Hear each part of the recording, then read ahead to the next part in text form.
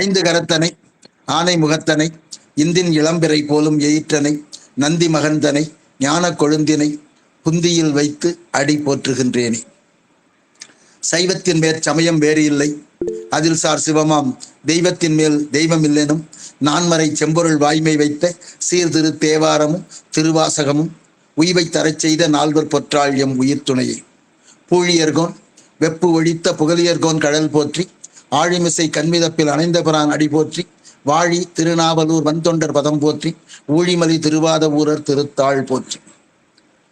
இடையரா பேரன்பும் மழைவாரும் இணைவெளியும் உழவாரத்தின் படையரா திருக்கரமும் சிவபெருமான் திருவடிக்கே பதித்த நெஞ்சும் நடையரா பெருந்துறவும் வாகீச பெருந்தகைதன் ஞானப்பாடல் தொகையரா செவ்வாயும் சிவவேட பொலிவழகும் துதித்து வாழ்வாம். சிவாய நம. எல்லாம் வல்ல எம்பெருமானினுடைய பொன்னார் திருவடிகளை அடியேன் மனம் மொழி மெய்களினாலே வணங்கி மகிழ்கிறேன். திருவாவடுதுறை ஆதீனம் 24வது பட்டம் செங்கோல் ஞான செங்கோல் ஒச்சி வரும் சீர்வளர் சீர் குருமகா சன்னிதானம் அவர்களுடைய பொன்னார் திருவடிகளை வணங்கி மகிழ்கிறேன். என்னை சித்தாந்த செந்நெறியிலே ஈடுபடுத்திய மெய்ஞான வள்ளல் திரு கு வைத்தியநாதன் ஐயா அவர்களுடைய பொன்னார் திருவடிகளை இந்த நேரத்திலே மனம் மொழி மெய்களினாலே வணங்கி மகிழ்கிறேன். இந்த இணையத்தில் என்னோடு பயணித்துக் கொண்டிருக்கிற அத்தனை அடியார் பெருமக்களுடைய திருவடிகளையும் உச்சி மேல் சூட்டி ஓப்பெய்துகிறேன். அப்பர் குருபூஜை சித்திரை சதயம் வருகிற 11ஆம் தேதி நிகழ இருக்கிறது. பொதுவாக குருபூசை அந்த ஒரு நாளில் நடக்கும், அல்லது அதற்கு 2 நாட்கள் முன்னதாக 3 நாட்கள் விழாவாக நடக்கும், அல்லது 10 நாள் விழா நடக்கும். ஆனால் அப்பர் அருள்நெறி மன்றத்தார் மட்டும்தான் ஏறக்குறைய 12 நாட்களுக்கு மேலாக அப்பர் பெருமானினுடைய திருவையாற்று பதிகத்தை நாளொன்றுக்கு ஒரு பதிகம் வீதம் 12 நாட்களாக மிகவும் சிறப்பாக நடத்த இருக்கிறார்கள். அந்த அப்பர் அருள்நெறி மன்றத்தினுடைய உறுப்பினர்களுக்கும் அதனுடைய நிர்வாக இயக்குனர் திருமதி சாந்தா சண்முகம் அம்மையார் அவர்களுக்கும் அடியனுடைய வணக்கத்தையும் வாழ்த்துக்களையும் நன்றியையும் தெரிவித்துக் கொள்கிறேன். அப்பர் பெருமானார் நமது சைவ சமயத்திற்கு வாய்த்த ஒரு பெரிய பொக்கிஷம். சரியை கிரியை யோகம் ஞானம் ஆகிய 4 படிநிலைகளிலே சரியை என்கிற நிலையை உலகத்தாருக்கு சொல்லி தானும் வாழ்ந்து காட்டியவர். அதோடு மட்டுமில்லை, இவர் பலகாலம் சமண சமயத்திலே இருந்து பெருமானாரால் ஆட்கொள்ளப்பட்டவர். உண்ணா நோன்பை முதலிலே இருந்து வெற்றி கண்டு அனைவருக்கும் சத்தியாகிரக நிலையிலே உண்ணா நோன்பு இருக்கலாம் என்று வழிகாட்டியவர் இவர். அப்படிப்பட்ட ஒரு பெரு வீரருடைய குருபூஜை திருநாளிலே நாம் அனைவரும் இணைந்திருக்கிறோம் என்பது நாம் செய்த தவம். தவம் இல்லையே இதில் இணைவதற்கு வாய்ப்பு இல்லை. அப்படிப்பட்ட இந்த திருநாளிலே 39வது பதிகம் திருவையாற்று பதிகம், 4ஆம் திருமுறை 39வது பதிகம் திருவையாற்று பதிகத்தை இன்று சிந்திக்க இருக்கிறோம். திருவையாறு என்றாலே அப்பர் பெருமானுக்கு கைலாய காட்சி காண்பித்த திருத்தலம் அந்த ஊர். அப்பர் பெருமான் கைலாயத்தை காண வேண்டும் என்ற பெருவிருப்போடு கைலாயம் நோக்கி செல்கிறார். கால்களினாலே நடந்து செல்கிறார். கால்கள் தேய்ந்து விடுகின்றன.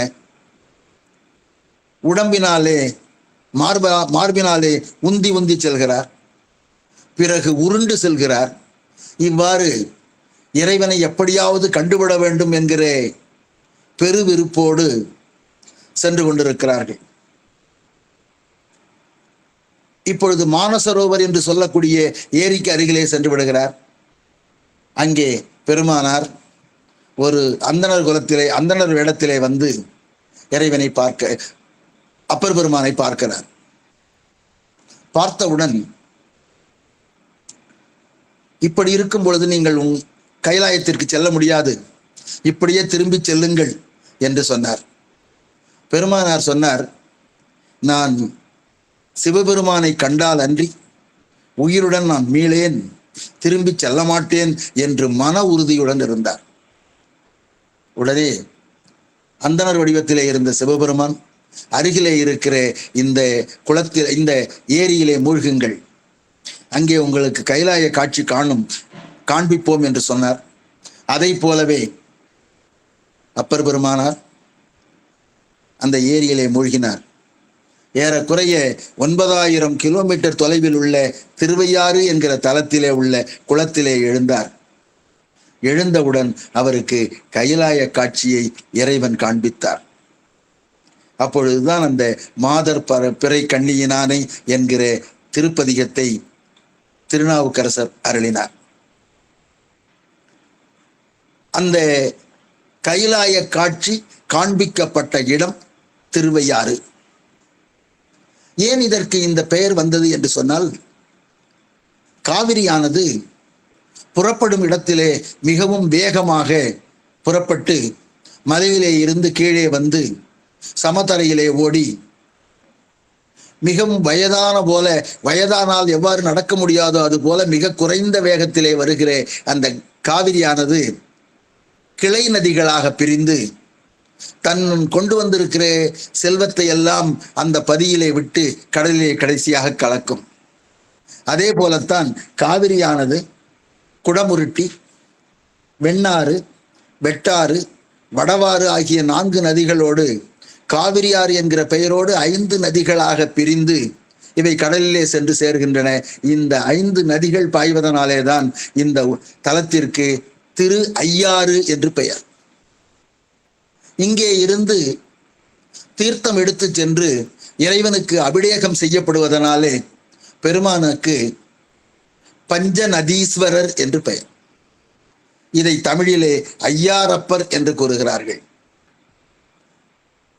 அம்மையினுடைய திருநாமம் தர்மசம்வர்தினி, அறம் வளர்த்த நாயகி.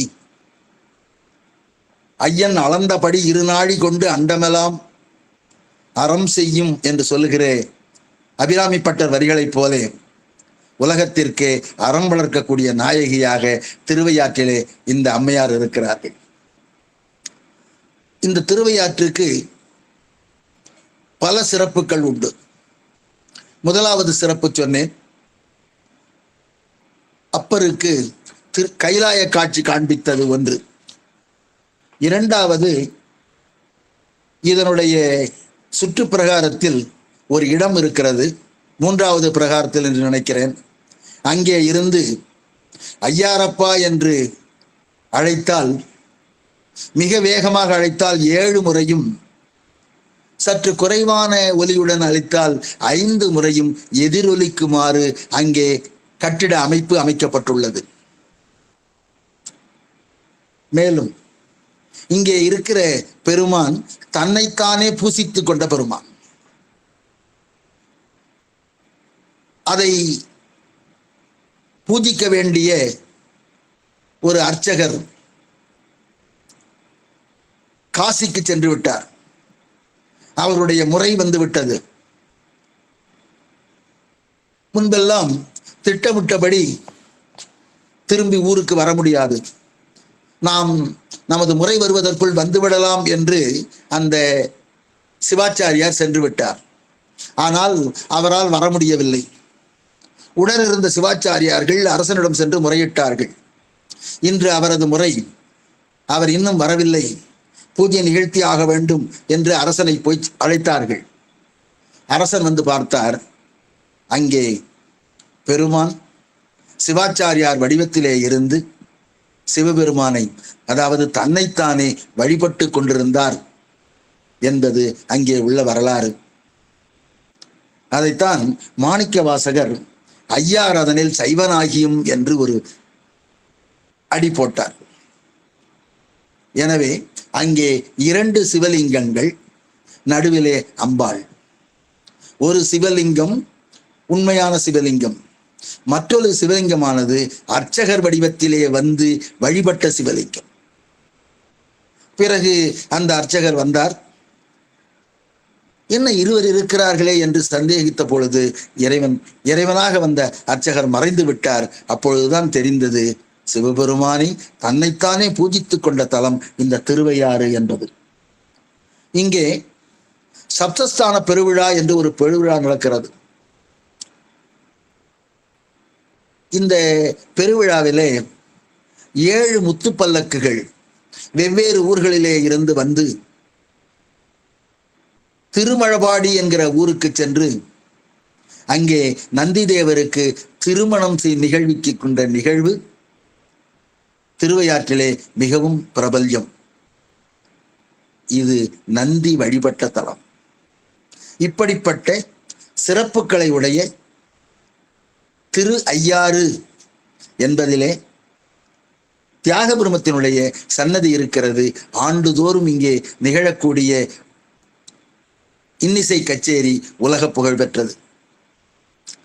மேலும் இதனுடைய தெற்கு சன்னதியிலே குங்கிலியம் எந்த நேரமும் புகைந்து கொண்டிருக்கிறது.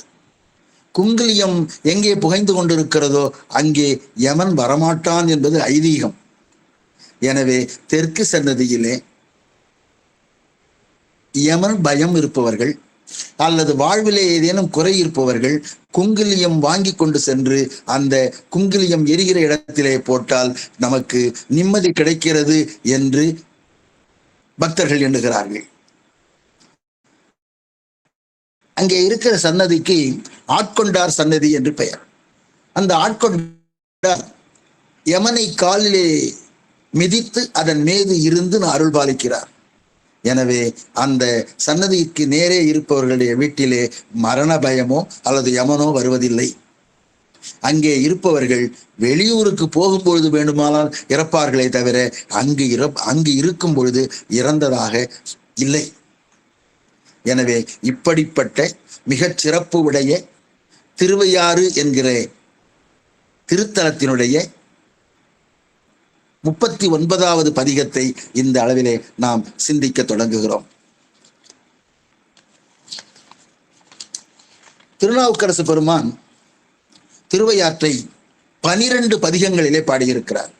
4வது திருமுறையிலே 8 பதிகங்கள், 5வது திருமுறையிலே 2 பதிகங்கள், 6வது திருமுறையிலே 2 பதிகங்கள், ஆக மொத்தம் 12 பதிகங்களை பாடியிருக்கிறார்.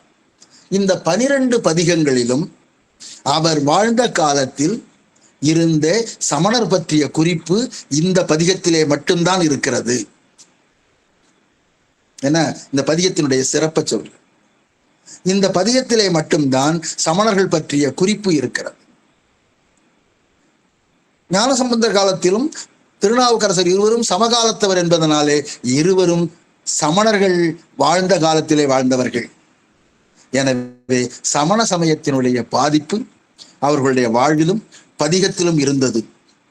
எனவே சமணர்களை பற்றிய குறிப்பு இந்த பதிகத்திலே மட்டும்தான், 12 பதிகத்தில் இல்லாத ஒரே ஒரு பதிகம் இதில் மட்டும்தான் இருக்கிறது என்று ஒரு சிறப்பு. 2வது, இவர் சமண சமயத்திலே இருந்து சைவ சமயத்திற்கு வந்தவர். அந்த அருள் வரலாறு நமக்கு தெரியும். அதிலும் நமது திலகவதியார் திருவதிகை வீரட்டானத்திலே இருந்து சரியை நெறியை பின்பற்றி ஏறக்குறைய 40 ஆண்டுகள் தவம் இருந்தார்கள் என்றே சொல்ல வேண்டும். அவர்களுடைய தவத்தின் வலிமையினாலேதான் அவர் கடைசியா கேட்டார், சேக்கிழார் சொல்லுவார், தூண்டு தவ விளக்கனையார் சுடர் ஒளியை தொழுது என்னை ஆண்டருளும் நீராகில் அடியேன் பின் வந்தவனை ஈண்டு வினை பரசமயர் குழி நின்றும் எடுத்தாள வேண்டும் என பலமுறையும் விண்ணப்பம் செய்தார். பலமுறையும் விண்ணப்பம் செய்தார். சிறிதளவு கூட சோர்வடையாமல் அவர் என்ன பண்ணாரு, இந்த மாதிரி திலகவதியார் வேண்டினார்கள். சூலை நோய் அவருக்கு வாய்க்கப்பெற்றது. அப்ப சமணர்களோடு சமணராக இருந்த மருள் நீக்கியாருக்கு, தருமசேனர் என்ற பட்டம் பெற்ற அந்த மருள் நீக்கியாருக்கு சூலை நோய் வந்து விட்டது. சூலை நோய் வந்த உடனே அவர் அங்கே இருந்த சமணர்கள் மருத்துவம் பார்த்தார்கள். ஆனால் சூலை நோய் சரியாகவில்லை. உடனே தன்னுடைய தமக்கையாரினுடைய நினைவு வந்தது. தன்னுடைய ஊட்டுவோன், அதாவது யாரு சமைச்சு பரிமாறுறாங்களோ அந்த ஊட்டுவோனை அனுப்பி என்னுடைய தமக்கையாரை அழைத்து வருமாறு சொன்னார். உடனே அம்மா சொன்னாங்க, அங்க இருக்கிற அங்கெல்லாம் சமணர்கள் இருப்பார்கள், நான் அங்க வரமாட்டேன். அப்படி வரல அப்படிங்கும்போது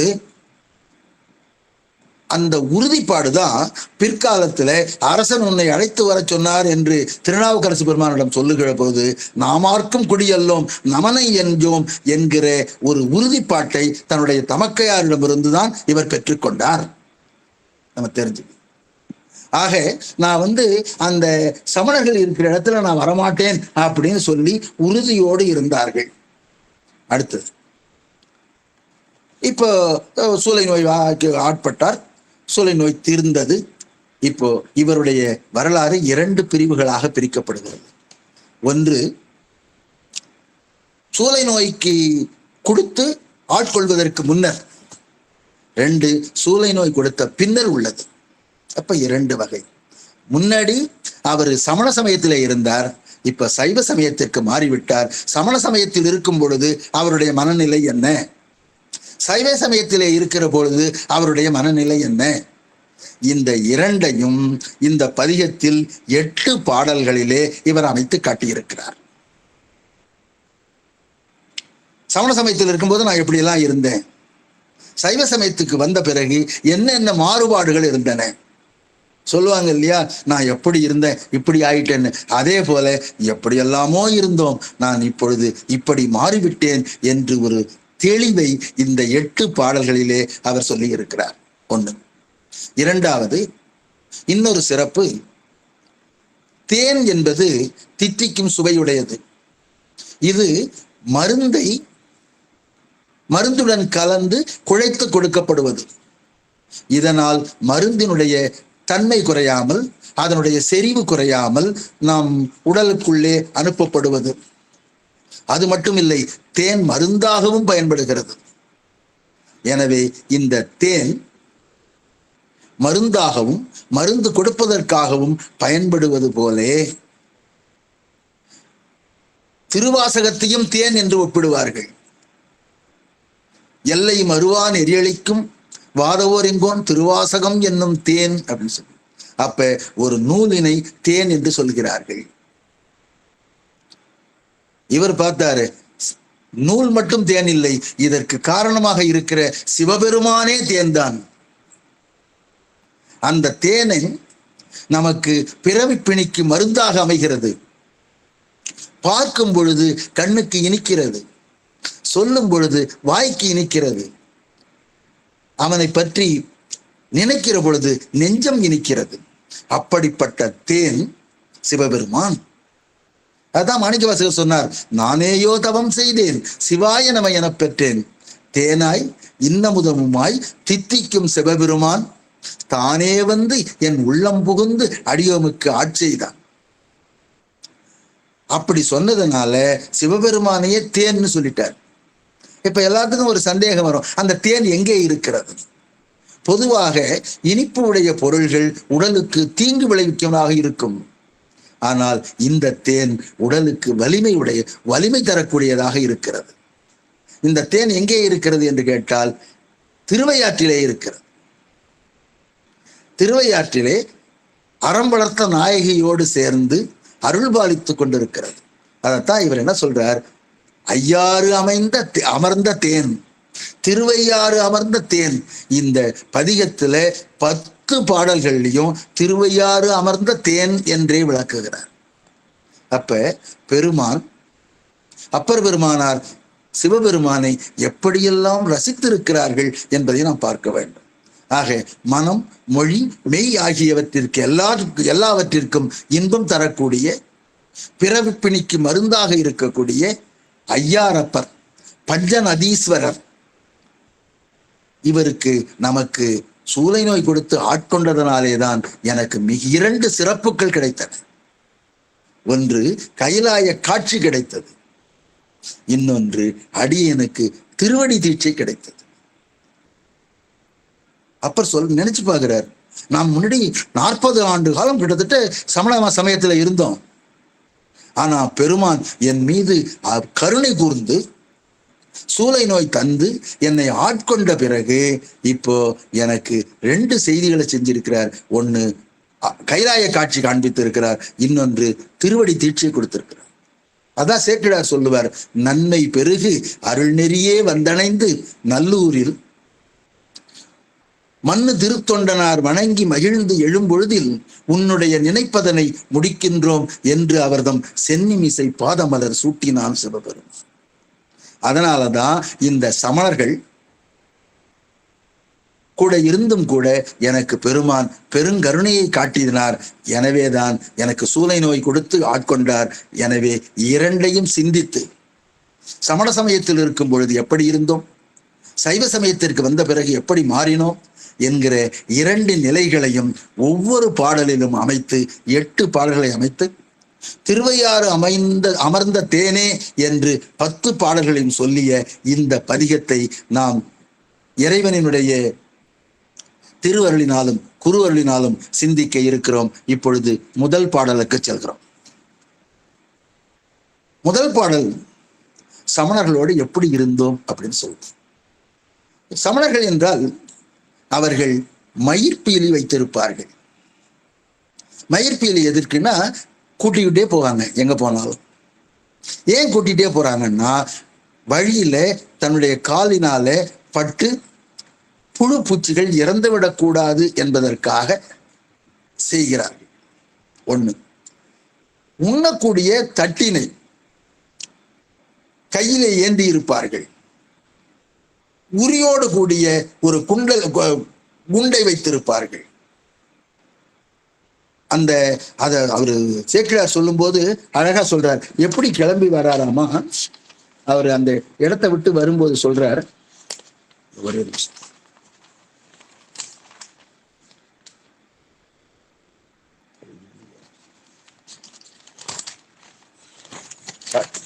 சரி அப்புறம் பார்த்து. ஆக அவர் இந்த மாதிரி கையில இருக்கிற குண்டிகைய உரியோட இருக்கிறத விட்டுட்டார், மயிர்பீலிய கையில இருந்த எடுத்து விட்டுட்டார். இப்படி சிறு உயிர்களுக்கு கூட தீங்கு விளைவிக்க கூடாது என்ற எண்ணமுடையவர்களாக சமணர்கள் இருந்தார்கள். நமக்கு இப்போ ஒரு சந்தேகம் வரும், சரி அப்படி இருந்தவர்கள் ஏன் அப்பர் பெருமானுக்கு நஞ்சு அமுது கொடுத்தார்கள், நஞ்சு ஊட்டினார்கள், சுண்ணாம்பு காலவாயிலே கொண்டு போட்டார்கள், யானையை விட்டு இடறச் செய்தார்கள், அவரை கல்லிலே கட்டி கடலிலே வீசி எறிந்தார்கள். அப்ப அங்கொன்றும் இப்படி ஒன்று சொல்கிறார்கள், அவர்களுடைய கொள்கைகள் ஒன்றாக இருக்கிறது, இப்படி இருக்கிறது சொல்றாரு. அதை சேக்கிழார் சொன்னார், கொலையும் பொய்மையும் இளம் என்று. என்கிட்ட கொலையும் கிடையாது பொய்மையும் கிடையாதுன்னு சொல்லுவாங்க, ஆனா கொடுமையே புரிவார். இப்படிப்பட்ட சமணர்கள் கொடுமையை தான் புரிவாங்க. ஆனா அவர்கள் சொல்லுவது எங்கேயும் கொலை செய்ய மாட்டோம், சிறு புழு பூச்சிகளை கூட கொல்ல மாட்டோம் அப்படின்னு சொன்னார். ஆனா நமது அப்பர் பெருமானாருக்கு அவர் எவ்வளவு தீங்கு விளைத்தார்கள் என்பது அந்த வரலாற்றை அறிந்தவர்களுக்கு தெரியும். திருஞான சம்பந்த பெருமானுக்கு அப்படித்தான். மதுரையில போன உடனே அவர் தங்கி இருந்த திருமணத்திற்கு சமணர்கள் எரியூட்டினார்கள். ஆக அவர்கள் அப்படி செய்வார்கள். பிறகு குளிக்க மாட்டார்கள், பல் துலக்க மாட்டார்கள். மேலும் அவர்கள் நின்று உண்பார்கள். இப்ப நாகரிக காலத்துல ஒரு திருமண விழாக்கள்லயோ அல்லது வேறு விழாக்களிலே செல்லும் பொழுது அவர்கள் பஃபேங்கிற சிஸ்டத்துல கையிலே கொடுக்கிறார்கள். கையில ஏந்தி கொண்டு நின்று கொண்டு சாப்பிடக்கூடாது. ஏன்னா நம்ம சைவர்கள், சமணர்கள் தான் நின்று உண்பார்கள், நின்றுட்டு சாப்பிடவே கூடாது. அது நல்லா தெரிஞ்சுக்க. அப்ப நின்று உண்பார் அப்படின்னு சொல்றார். அது மட்டும் இல்லை, குளிக்காததுனால அழுக்குடைய ஆக்கையில் புகுந்த நுண் உயிர், அந்த அழுக்கான உடம்புக்குள்ளால் அந்த உயிர் புகுந்து இருக்கு இல்லையா, அது புழுக்க நிறைந்த அறையில மாட்டிட்டு எப்படி தவிக்கிறோமோ அந்த மாதிரி தவிக்கும் என்று சமண நூல்கள் சொல்லுகின்றன. இப்போ ஒரே ஒரு முக்கியமான செய்தியை சொல்லிட்டு நம்ம பதியத்துக்குள்ளால போகும். என்னன்னு கேட்டா, அவர்கள் கடவுள் மறுப்பு கொள்கை உள்ளவர்கள். கடவுள் ஒருவர் இல்லை என்று சொல்கிறார். அப்ப வினை பயனை எவ்வாறு ஊட்டும் அப்படின்னு கேட்டா, வினை பயனானது தானே வந்து ஊட்டிக்கொள்ளும். ஊழ்வினை உறுத்து வந்து ஊட்டும். இப்ப நிறைய பசுமாடுகள் இருக்கிற இடத்துல கன்றுக்குட்டியை அவிழ்த்து விட்டோமானால் அது தன்னுடைய தாய் பசுவை சென்று தேடி அதனிடத்திலே பால் அருந்துவதை போல வினை பயனானது தானே சென்று அந்த வினை செய்தவரை சேரும். எனவே வினையை கொண்டு சேர்ப்பதற்கு என்று ஒருவன் வேண்டியதில்லை. ஆக இறைவனே இல்லை என்ற கொள்கையுடையவர்கள் தான் சமணர்கள். அதனாலேதான் சைவ நெறி ஈடேற வரு கவுனிய குழவியும் நமது அரசும் இங்கே அவதாரம் எடுக்க வேண்டியதாயிற்று. இப்போ முதல் பாடலுக்கு செல்வோம். முதலாவது பாடல் குண்டனாய் சமணரோடே கூடி நான் கொண்ட மாலை துண்டனே சுடர்கொள் சோதி தூநெறி ஆகி நின்ற அண்டனே அமரர் ஏரே திருவையாறு அமர்ந்த தேனே தொண்டனேன் தொழுது உன் பாதம் சொல்லி நான் திரிகின்றேனே. குண்டன்னா குண்டா இருக்கிறவங்கன்னு அர்த்தம் இல்லை, மூர்க்கன் அர்த்தம். தன்னுடைய கொள்கைதான் பெரிது என்று நம்மிடத்திலே வாதிடுவர்கள் இருக்கிறார்கள் இல்லையா, அவர்கள்லாம் குண்டன், அதான் மூர்க்கன். மூர்க்கனும் முதலையும் கொண்டது விடான்னு பழமொழி. எனவே அந்த மூர்க்கராகிய சமணரோடு கூடி நான் அவர்களோடு சேர்ந்து வாழ்ந்து கொண்ட மாலை, மால் என்றால் மயக்கம் என்று, அந்த மயக்கத்தில் நான் இருந்தேன். அதை துண்டனேன், அதை வெட்டி விட்டவனே அல்லது துணித்தவனே, சூளை நோய் கொடுத்து அதிலிருந்து வெளியே வா என்று என்னை மீட்டவனே. அதால்தான் குண்டனாய் சமணரோடே கூடி நான் கொண்ட மாலை துண்டனே சுடர்கொள் சோதி, முச்சுடரும் ஆனவன் அவன்தான்.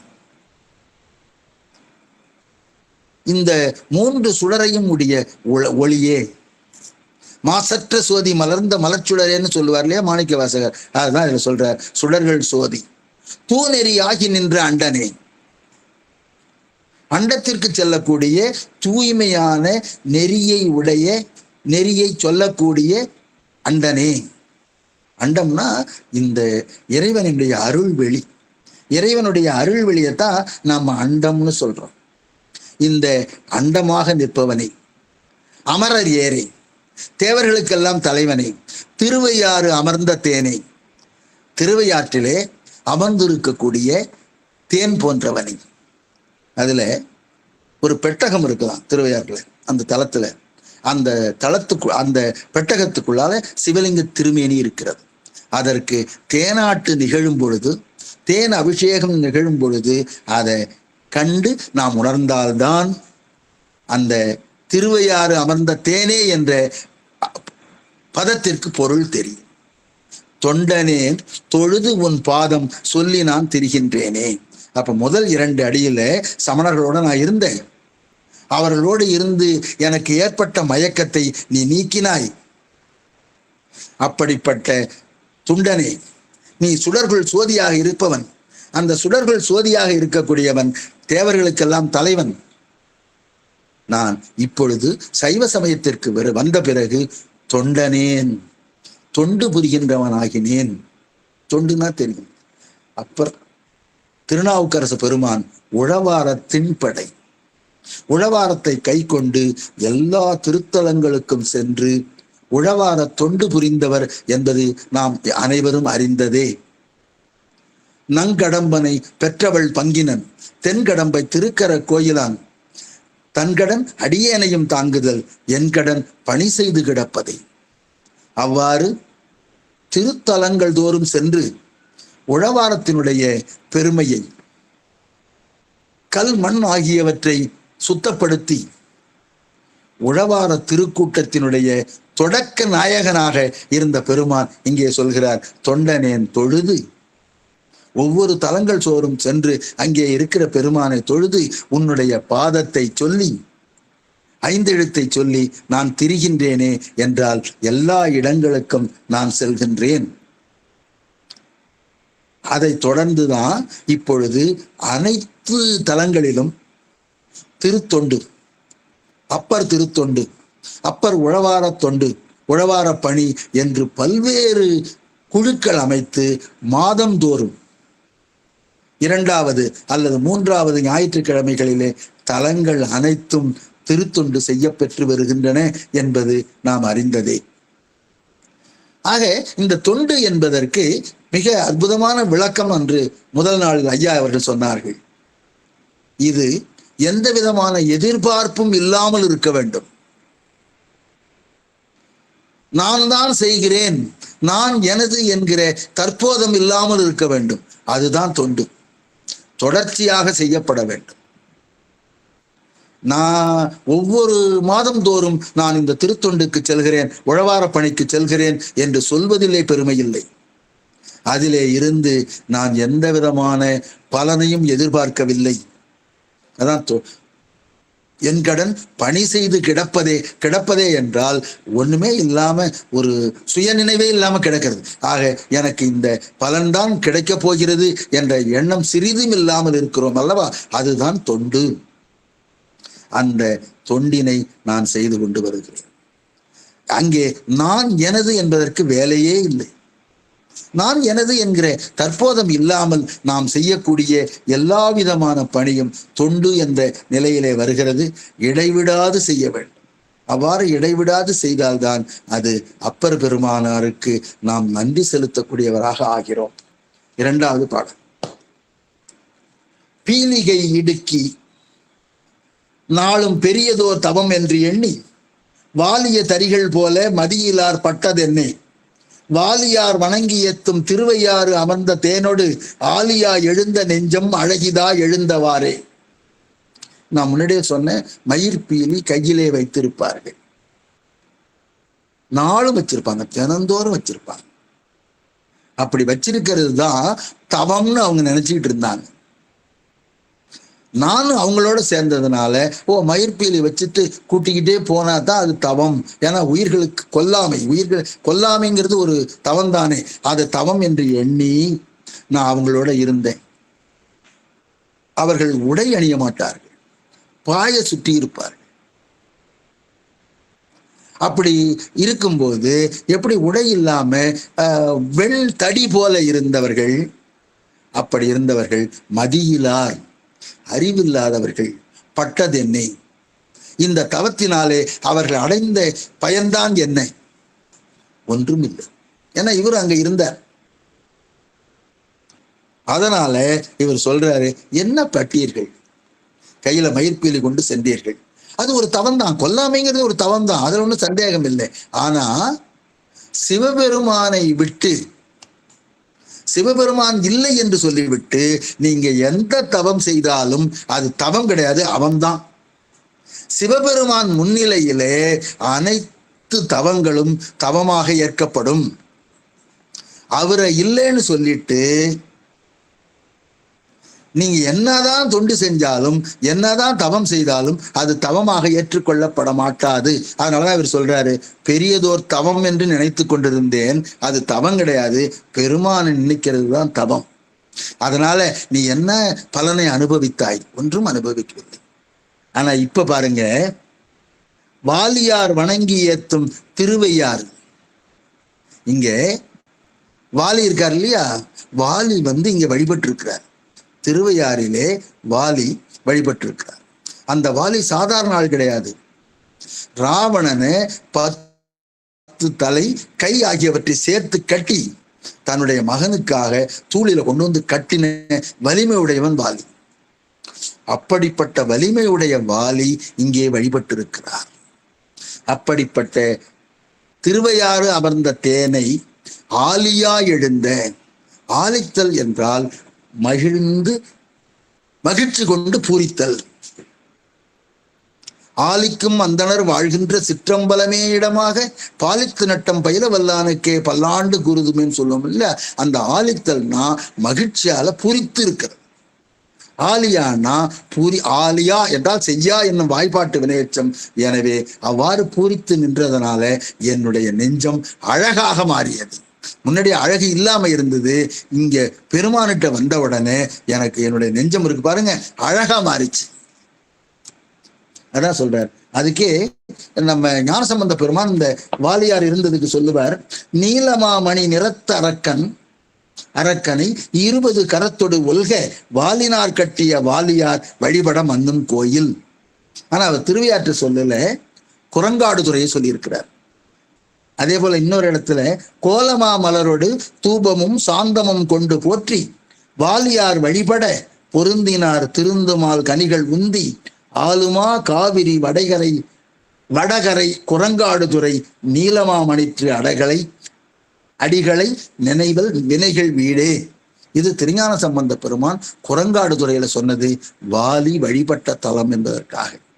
அப்ப இந்த 2வது பாடல்ல என்ன சொல்றாருன்னா, உடைகள் இல்லாமல் வெண் தடியை போல இருந்து கையிலே பீலியை கொண்டு இதுதான் தவம் என்று எண்ணி இருந்தவர்களே, அறிவில்லாதவர்களே, உங்களிடத்துல நீங்க என்ன பலனை பெற்றீர்கள்? அப்படி இருந்து ஆனா இங்க வாலி வழிபட்ட தலமாகிய திருவையாறிலே நான் பெருமானை வழிபட்டதனாலே என்னுடைய நெஞ்சம் அழகியதாக மாறியது.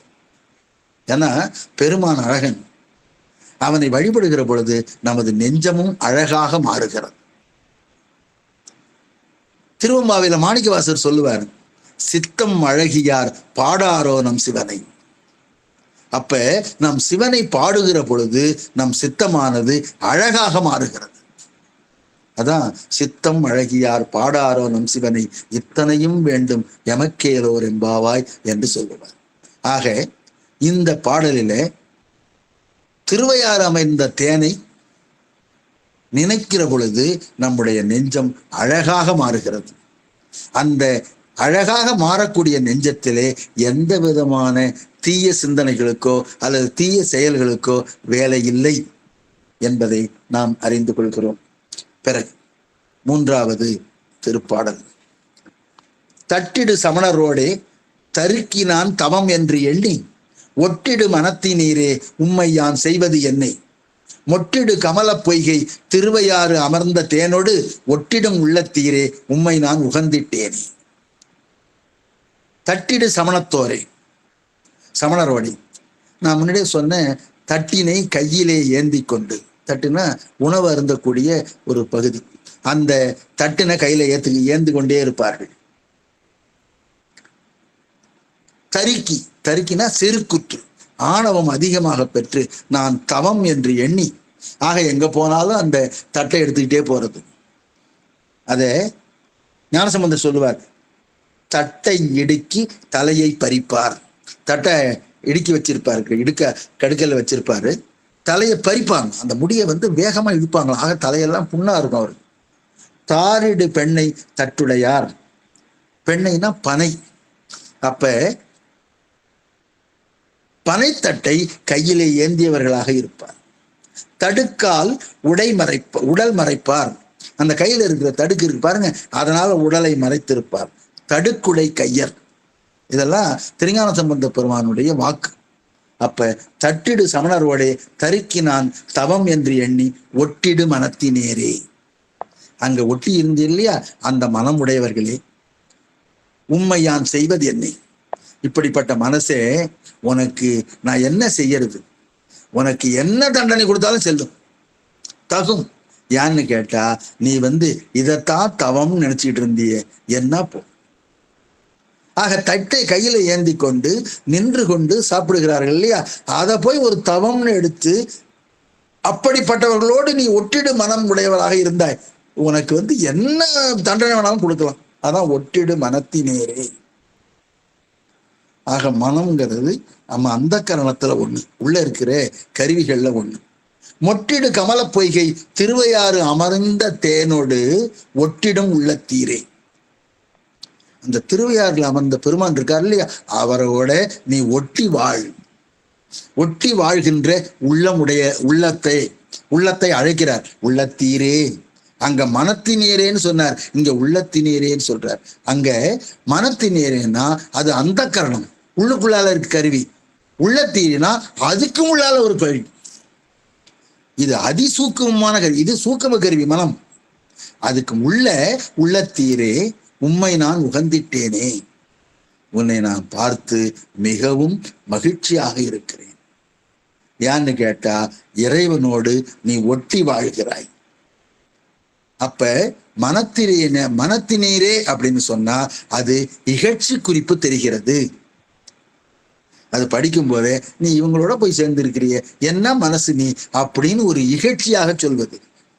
ஆனா இப்ப சைவ சமயத்துக்கு வந்த பிறகு இறைவனோடு ஐயாறு அமர்ந்த தேனோடு ஒட்டிடும் மனம் உடம்புடையவராக இருக்கனால உம்மை பார்த்து நான் உகந்து இருக்கிறேன், மகிழ்ச்சி அடைகிறேன். இத திருத்தாண்டகத்துல சொல்றார் அப்பர். உயிராவணம் இருந்து உற்று நோக்கி, உயிராவணம் இருந்துன்னா நம்முடைய மூச்சையெல்லாம் அடக்கி தியானம் செய்து உள்ள கிழியின் உரு எழுதி உள்ளமாகிய திரையில பெருமானினுடைய உருவத்தை எழுதி உயிர் ஆவணம் செய்துட்டு, உயிரை ஒரு பத்திரமா போட்டு, நம்ம பத்திரமா எழுதணும் இல்லையா, அந்த மாதிரி பத்திரமா போட்டு உன் கை தந்தால், உன்னுடைய கையில கொடுத்துட்டா, என் உயிரை பத்திரமா போட்டு உன் கையில வச்சுக்கேன்னு சொல்லிட்டா உணரப்பருவாரோடு ஒட்டி வாழ்வி. அப்படி உணர்ந்து கொண்டிருக்கிறேன் இல்லையா, அவனோட நீ ஒட்டி வாழ்வாயாக. எப்படி எழுதியிருக்காரு பாருங்க. உயிர் ஆவணம் செய்திட்டு உன் கை தந்தால் உணரப்படுவாரோடு ஒட்டி வாழ்வி. உயிராவணம் ஏறாதே ஆனேறு ஏறி அமரர் நாடு ஆளாதே ஆரூர் ஆண்ட அராவணமே என் அம்மானே நின் அருட்கண்ணால் நோக்காதார் அல்லாதாரே. ஆக நாம் எவ்வாறு ஒட்டிட்டு இருக்க வேண்டும், இறைவனோடு ஒட்டி இருக்க வேண்டும் என்பதை இந்த பாடல் சொல்கிறது. கூடவே நம்ம திருஞான சம்பந்த பெருமான் ஒரு பாடல் சொல்லி இருக்கிறார். மட்டிட்ட புன்னையம் காணல் மடமையிலை கட்டிட்டம் கொண்டான் கபாலிச்சரம் அமர்ந்தான் ஒட்டிட்ட பண்பின் உருத்திர பல்கணத்தார்க்கு அட்டிட்டல் காணாதே போதியோ பூம்பாவாய். இதுல ஒட்டிட்ட பண்பின் உருத்திர பல்கணத்தார்க்கு அப்படின்னா இறைவனோடு ஒட்டி வாழக்கூடிய அடியார் கூட்டத்தாருக்கு. அட்டித்தல் அப்படின்னா அன்னம் பாலித்தல், அதை பார்க்காதே போகிறாயா என்பதாக அமைந்த திருஞான சம்பந்த பெருமானுடைய இந்த பாடலும் இதையே விளக்குகிறது. அப்ப ஒட்டிடும் உள்ளத்தீரேனா இறைவனோடு நாம் ஒன்றி இருக்க வேண்டும், ஒட்டி இருக்க வேண்டும். அதைத்தான் இன்னொரு இடத்துல சொல்லுவார். ஒன்றியிருந்து நினைமென்கள், இறைவனையே நினைச்சுக்கிட்டு இருங்க, அதோட ஒன்றி இருங்க. தமக்கு ஊனமில்லை கன்றிய காலனை காலால் கடிந்தான் அடியவர்க்கா சென்று தொழுமென்கள் தில்லை சிற்றம்பலத்து நட்டம் என்று வந்தாய் என்னும் எம்பெருமான் தன் திருக்குறிப்பு. போய் பெருமானை பாருங்க. அடியவர்க்காக காலனை உதைத்தவன் அவன். அவனை பார்த்த உடனே பெருமான் என்ன பண்ணுவாரான், பார்த்துட்டு எப்பப்பா வந்த, இப்பதான் வந்தியா, நல்லா இருக்கியா அப்படின்னு அவருடைய முகக்குறிப்பு தெரியும். எனவே அவரோடு பெருமானோடு நாம் ஒட்டி இருந்தோமே ஆனால் நம்முடைய உள்ளமானது உகந்து இருக்கும்.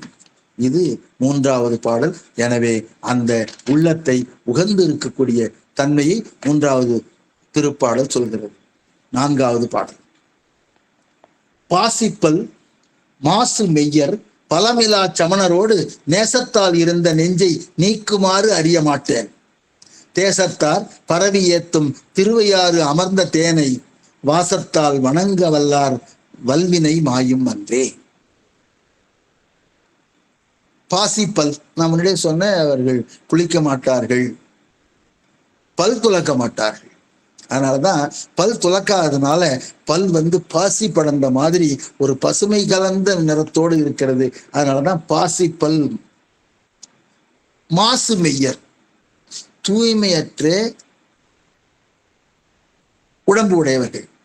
பலமிலா சமணர் அவர்கள் விரதம் இருந்து அவர்கள் உடலிலே வலிமை கிடையாது. ஆக சமணர்களை எப்படிலாம் அவர் அனுபவிச்சு கூடவே இருந்ததுனால சொல்றார். பாசிப்பல் வெண்மை நீங்கிய பசுமை நிறமுடைய பல்லை உடையவர்கள்.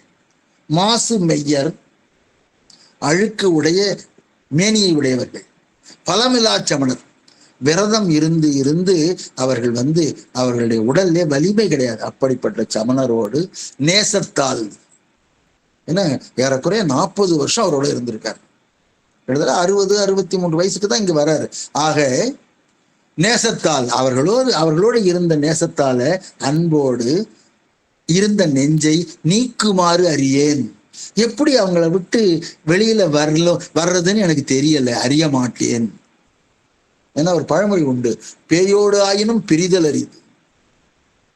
அப்ப அவங்களோட சேர்ந்து இருந்த நெஞ்சமே உனக்கு எப்படி அதுல இருந்து வெளியில வர்றதுன்னு தெரியல.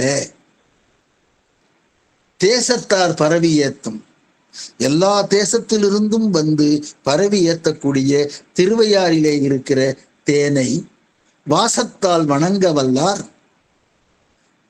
வாசம் நிறைந்தே மனம் நிறைந்தே பூக்களை கொண்டு யார் வழிபடுகிறார்களோ அவர்களுடைய வல்வினை மாயும் அன்றே. அவர்களுக்கு அடுத்த பிறவியை தரக்கூடிய வினையானது மாயும், ஓய்ந்து போகும். அவ்வாறு ஓய்ந்து போவதனாலே அவர்களுக்கு அடுத்த பிறவி இருக்காது. அதைத்தான் இதுல சொல்றார். ஆக இந்த பதில என்ன சொல்றாருன்னா, அவர்கள் பாசிப்பல் உடையவர்கள், உடம்பு அழுக்குடை உடம்பு. அவர்களோட பல காலம் நான் சேர்ந்து வாழ்ந்திருந்தேன். அவர்களை பிரிந்து எவ்வாறு வருவது என்று எனக்கு தெரியாது, அறிய மாட்டேன், தெரியாம இருந்தேன். அப்புறம்தான் சூளை நோய் கொடுத்து அவர் ஆட்கொண்டிருக்கிறார். அப்படிப்பட்ட நான் திருவையாறிலே இருந்த அமர்ந்த தேனை யார் யார் வணங்குகிறார்களோ, வணங்க வல்லார்களோ அவர்களுடைய வல்வினை மாயும் அன்றே. வினை வல்வினைன்னு சொன்னார். அது லேசான வினை இல்லை, வலிமை வாய்ந்த வினை. அதுதான் சொல்றார். நம்ம சிவஞான பதத்துல 10வது நூற்பா என்ன சொல்லுதுன்னா, அவனே தானே ஆகிய அந்நெறி ஏகனாகி இறைபணி நிற்க மலமாயை தன்னுடன் வல்வினை என்றே. ஆக சிவபெருமானோடு ஏகனாகி நின்றால் நமக்கு வல்வினை இருக்காது என்பதை இந்த பாடல் சொல்கிறது. அடுத்தது போ 5வது பாடல். கடுப்பொடி அட்டி மெய்யில் கருதியோர் தவம் என்றெண்ணி வடுக்களோடு இசைந்த நெஞ்சே மதியிலி பட்டதென்னே. மடுக்களில் வாழை பாயும் திருவையாறு அமர்ந்த தேனை அடுத்து நின்று உண்ணு நெஞ்சே அருந்தவம் செய்தவாறே. அவங்க குளிக்கணும்னு அவங்க என்ன செய்வாங்க, கடுக்காய் பொடி இருக்கு பாருங்க, அதை நீர்ல குழைத்து உடம்பு முழுவதும் பூசிக்குவாங்க. இதை ஞானசம்பந்தர் சொல்றார். கடுப்பொடி அட்டி மெய்யில் மூசு கடுப்பொடியார் கடுப்பொடியுடன் கவசர். அந்த கடுப்பொடி இருக்கு பாருங்க, அதை கவசமாக மூடி இருப்பார்கள். சரி, அப்படி உடம்புல போட்டிருக்கவங்க அதுதான் தவம் என்று எண்ணி வடுக்களோடு இசைந்த நெஞ்சை, இப்படிப்பட்ட குற்றங்களோடு சேர்ந்திருந்த நெஞ்சமே மதியிலி, சிறிது அளவு கூட அறிவில்லாமல் இருந்தையே பட்டதென்னே. சரி, அப்படிதான் இருந்தியே, உடம்பு பூரா குளிக்காம இந்த கடுக்காய் பொடியை உடம்பு பூரா பூசிக்கிட்டு இருந்தியே, அதுதான் தவமா? அறிவில்லையா? உனக்கு என்ன கிடைச்சது? தவத்திற்குரிய பயன் ஏதாவது கிடைச்சதா? ஒன்றும் கிடைக்கல. அதான் வடுக்களோடு இசைந்த நெஞ்சே மதியிலி பட்டதென்னே. நீ என்ன பெற்றாய்? மடுக்களில் வாழை பாயும், அது அந்த திருவையாற்றினுடைய சிறப்பு. அங்க வாழை மீன்கள் பாயக்கூடிய திருவையாறு அமர்ந்த தேனை அடுத்து நின்று அதுக்கு பக்கத்திலேயே இருந்து உண்ணு நெஞ்சே நினைத்து கொண்டே இருப்பாயாக. நெஞ்சத்தை சொல்றார். அருந்தவம் செய்தவாறே, அதை நினைக்கிறது தான் தவம். அங்க இருந்தது இல்லையா, அந்த பொடியை பூசிக்கிட்டு இருக்கிறது தவம் கிடையாது. இறைவனை பக்கத்துல இருந்து எந்த நேரமும் உண்ணுதல்னா நினைத்து கொண்டே இருத்தல். அவ்வாறு நினைத்து கொண்டே இருக்கிறது தான் அருந்தவம் செய்தவாறே. ஆக தவம்னா என்னன்னு கேட்டா இந்த மாதிரி பொடி பூசிக்கிட்டு இருக்கிறது, குளிக்காம இருக்கிறது கிடையாது. என்ன பண்ணணும்? இறைவனை அடுத்து நின்னா பக்கத்தில் சென்று அவனையே நினைந்து கொண்டிருக்க வேண்டும். அப்படி நினைந்தா அதுதான் அருந்தவம். இத திருவருட்பயன்ல 10வது குறள் என்ன சொல்லுதுன்னு கேட்டா, உண்ணும் உளது. உண்ணுதல்னா நினைக்கிறது. ஐயம் இலது உணர்வாய் ஓவாது மண்ணு பவம் தீர்க்கும் மருந்து.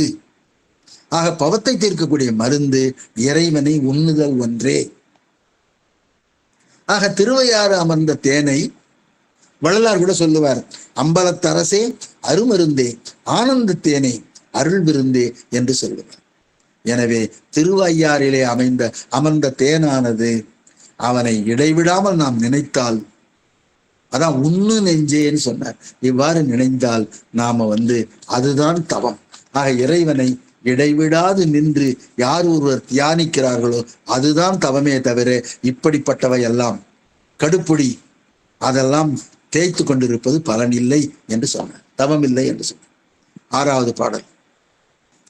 துறவி என்று அவமது ஓரேன் சொல்லிய செலவு செய்து உறவினால் அமணரோடும் உணர்விலேன் உணர்வு ஒன்று இன்றி நரவமார் பொழில்கள் சூழ்ந்த திருவையாறு அமர்ந்த தேனை மறவிலா நெஞ்சமே நல்மதி உனக்கு அடைந்தவாறே. பார்த்தார், நெஞ்சத்தை பார்த்தார், நீ பரவாயில்லப்பா, திருவையாறு அமர்ந்த தேனை நீ மறக்காம இருக்கிற, மறவிலா நெஞ்சம். அப்ப உனக்கு அறிவு இருக்கு, மதி உனக்கு அடைந்தவாறு. ஆக அறிவை நீ அடைந்திருக்கிறாய், நீ வாழ்க. நீ பெருமானை நினைந்து கொண்டிருக்கிறாய். அப்படி அதாவது தேன் நிறைந்த சோலைகள் அமர்ந்திருக்கிற திருவையாறிலே யார் ஒருவர் அருள்பாலித்துக் கொண்டிருக்கிறாரோ அந்த பெருமானை நீ மறவிலா நெஞ்சம் பெற்றவனாக இருக்கிறாய். எனவே உனக்கு மதி உனக்கு அடைந்தவாறே, உனக்கு ஞானம் வருகிறது, அறிவு இருக்கிறது என்று சொன்னார். அப்ப முன்னாடி சொன்னார், துறவி என்று அவமது ஓரேன். பார்த்தா இவங்க துறவியுடையோட இருக்கிறாங்க, அவர்கள் செய்வது எல்லாம் அவம். அதை நான் ஆராய்ச்சி பண்ணியே நான் பார்க்கல. அவர்களை துறவிங்கிறதோட அவரை ஆராய்ச்சி பண்ணி பார்க்காத விட்டுட்டேன். துறவி என்று அவமது ஓரேன். தவத்துக்கு எதிர்ச்சொல் அவம். ஆக அவர்கள் செய்தக்கூடிய அவத்தை நான் சிந்திக்கவே இல்லை.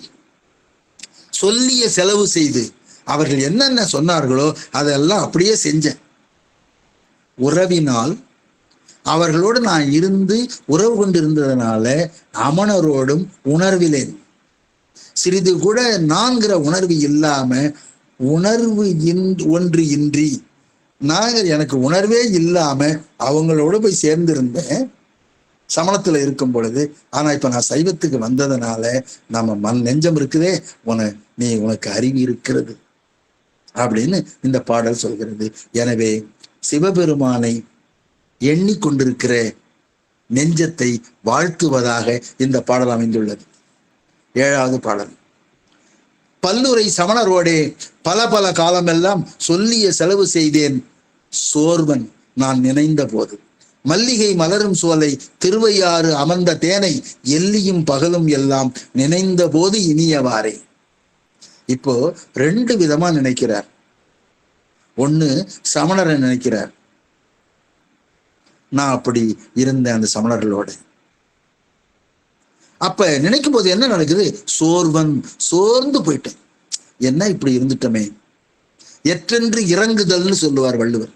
எற்றென்று இறங்கன்னா நான் இந்த மாதிரி செஞ்சுட்டனே, எற்றென்று இறங்குவ செய்யற்க, இது மாதிரி செஞ்சுட்டனேங்கிற காரியத்தை நீங்கள் யாரும் செய்யாதீர்கள், பிறகு இறங்கக்கூடாது.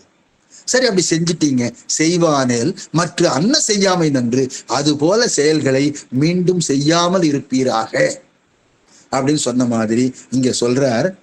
அப்படி நான் நினைந்த பொழுது சோர்வு அடைவேன். இந்த சமணர்களோடு இது வாழ்ந்த காலத்துல நான் எப்ப நினைக்கிறேனோ அப்பெல்லாம் என் உடலும் மனமும் சோர்ந்து போகும். ஆனா இந்த திருவையாறு அமர்ந்த தேனை நான் எப்பப்பெல்லாம் நினைக்கிறேனோ, இரவுல நினைச்சாலும் சரி பகல்ல நினைச்சாலும் சரி, நினைந்த போது இனியவாறே, அந்த சோர்வுக்கு எதிர்ச்சொல்லாக நான் எப்பொழுதெல்லாம் நினைக்கிறேனோ அப்பொழுது எனக்கு இனிமை உடையவனாக இருக்கு. ஏன்னா தேன் இல்லையா, அப்ப இனிமையுடையவனாக இருக்கிறான்.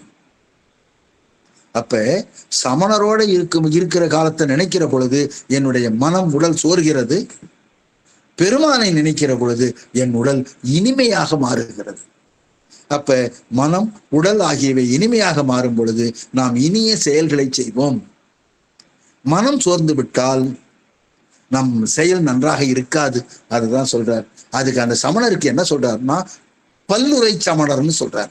அது என்ன பல்லுரை சமணர்னா, ஒரு சந்தேகம் கேட்கிறோம்னு வச்சுங்களேன், நேரடியா அதுக்கு பதில் சொல்ல மாட்டாங்க,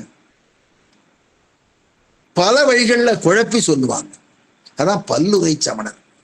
அதுக்கு மாபாடியத்துல அவர் சொல்றாரு, ஒருத்தர் போய் கேட்கிறார், ஒரு ஆறுகதர்கிட்ட கேட்கிறார், உடம்பு பெறுவதற்கு முன்னாடி இந்த ஜீவன் உண்டா இல்லையா, ஆன்மா உண்டா இல்லையான்னு கேட்கிறார். கேட்ட உடனே அதுக்கு 7 விதமான பதில சொல்றாரு சமணர்கள். ஒண்ணு, உண்டு, உண்டாம். உடம்பு பெறுவதற்கு முன்னாடி இந்த ஆன்மா உண்டா, உண்டாம். இல்லையாம், 2வது பதில். அப்புறம் 3வது என்னன்னா உண்டும் இல்லையுமாம். அப்ப உண்டுன்னு சொல்லலாம், இல்லைன்னு சொல்லலாம். 4, சொல்லோடாததாம். சொல்ல முடியாது, உண்டுன்னு சொல்ல முடியாது, இல்லைன்னு சொல்ல முடியாது, அது யாராலும் சொல்ல முடியாததாக இருக்கிறது. அப்புறம் 5வது உண்டுமாம், சொல்லோனாததாம். அது உண்டுன்னு சொல்லலாம், சொல்ல முடியாததுன்னு சொல்லலாம்.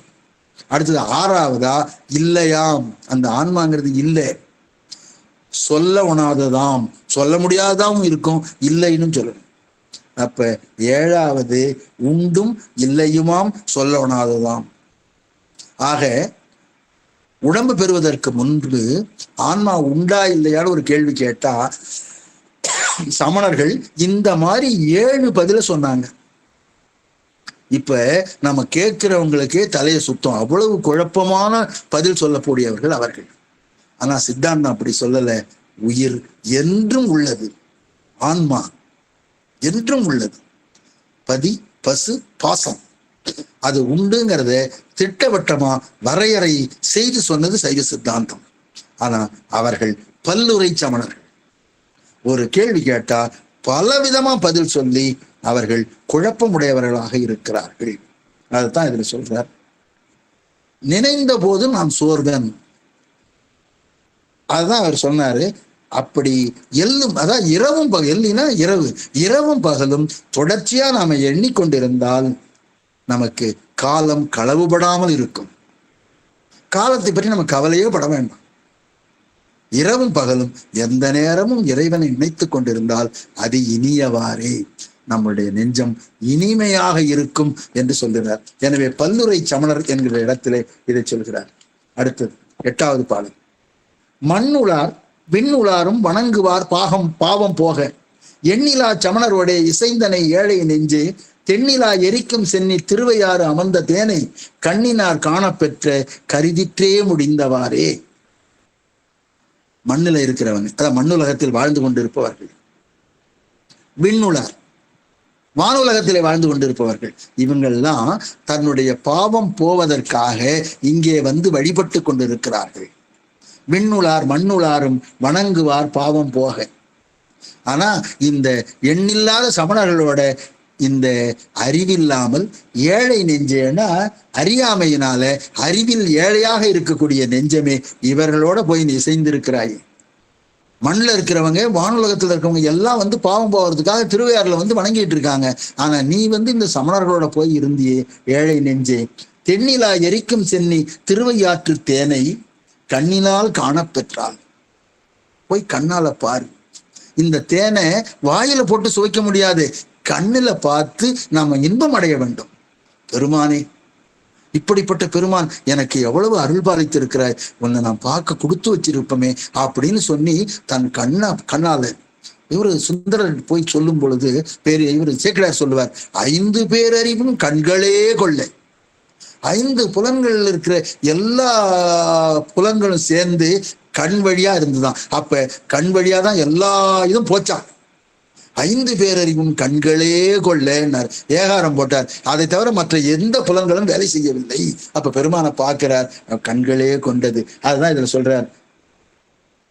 கண்ணினால் காணப்பெற்றால் காணப்பெற்று, அப்படி கண்ணால காணப்பெற்றா என்ன நடக்கும்? கருதிற்றே முடிந்தவாறே. நீ என்ன நினைக்கிறியோ அது முடிஞ்சிடும். நாம என்ன நினைக்க போறோம்?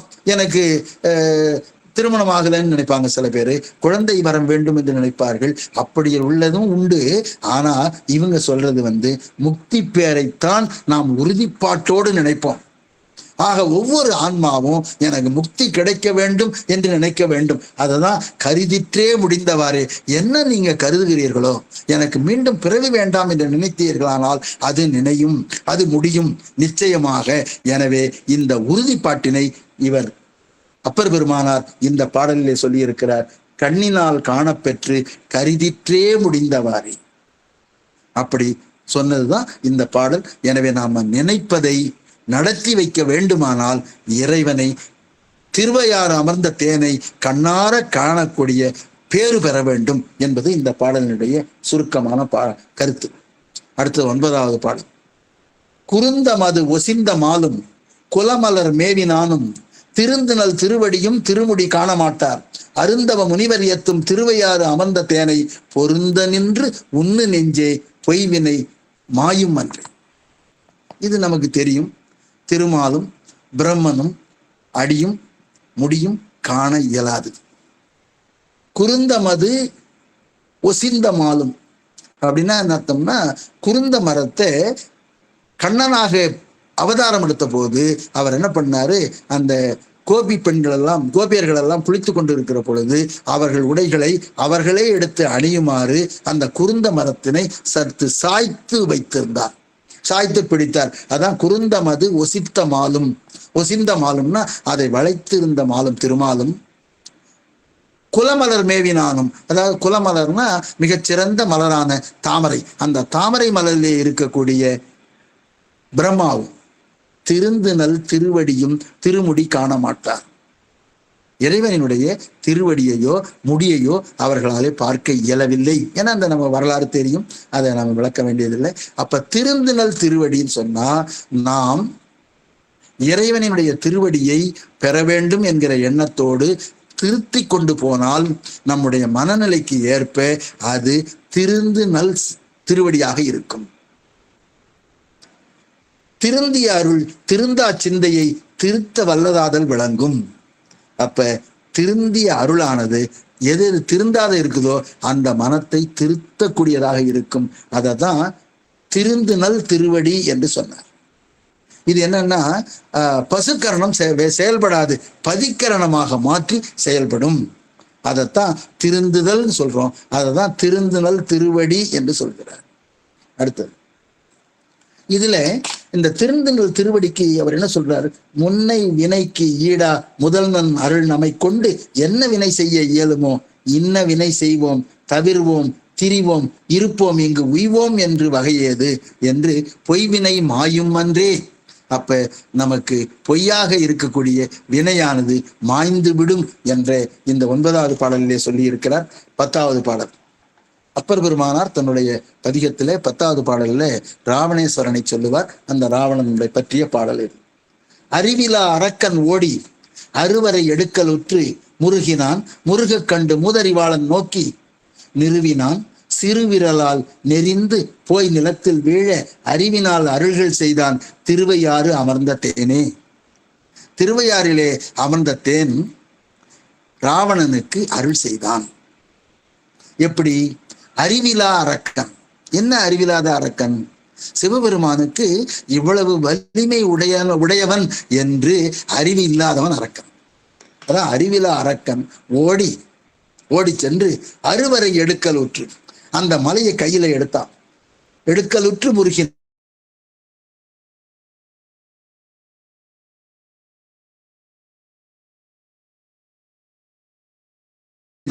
இருந்தாலும் தூக்கம் ரொம்ப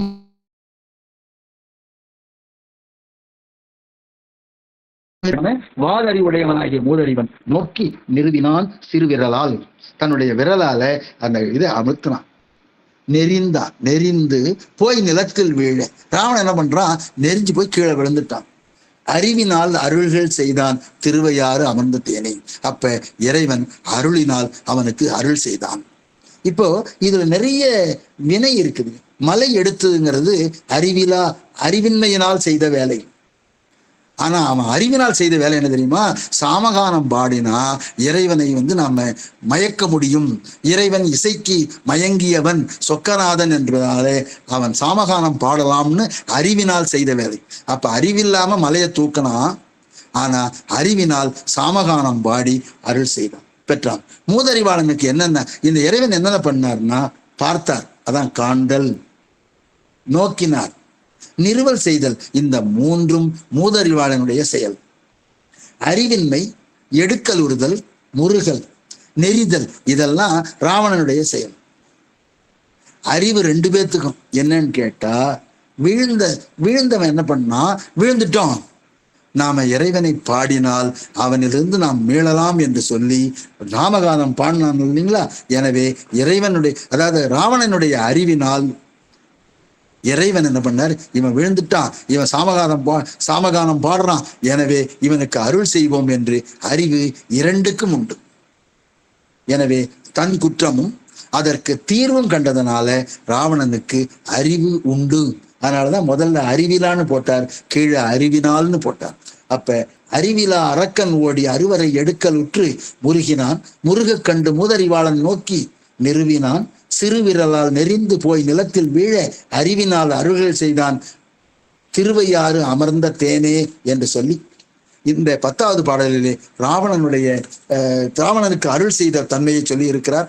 எனவே இதுகாரும் நாம பார்த்த திருவையாற்று பதிகத்திலே 1வது பாடலில் உழவார திருப்பணியினாலே இறைவனுடைய அருளினாலே ஏற்பட்ட தன்மை, உழவார பணி செய்தல், தலங்கள் தோறும் செய்தல் என்பதனையும், 2வது பாடல் இறைவனை எப்பொழுதும் சிந்தித்து வந்தால் மனம் அழகாகும், அழகாயிற்று என்று பெருமான் சொன்னதாலே நமது மனமும் அழகாகும் என்பதனாலும், 3வது பாடலிலே இறைவனினுடைய நினைவுகளிலே தனது மனம் ஒட்டி வாழ்ந்தால் பேரின்பம் உண்டாகும் என்பதை சொன்னார்.